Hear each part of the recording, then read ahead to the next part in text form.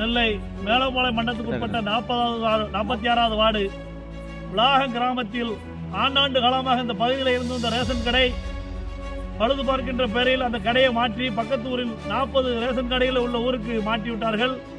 இங்கே 200க்கும் மேற்பட்ட காடுகள் உள்ள இந்த ஊரிலே அந்த கடையை தருவதாக அதற்கு எம்எல்ஏ நிதி ஒதுக்கப்பட்டு பிறகு அந்த நிதி என்ன ஆயிற்று என்று தெரியவில்லை.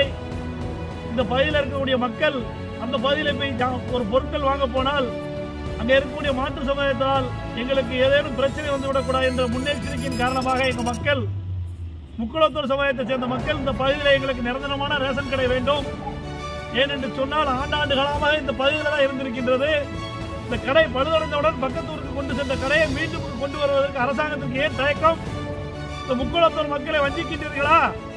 இந்த கடை நிச்சயமாக இந்த பகுதியில் வர்ற வரைக்கும் புலித்தேவர் மக்கள் முன்னேற்ற கழகம் களத்தில் என்று போராடும். கடையை கொண்டு வராமல் எங்களுடைய போராட்டம் ஓயாது.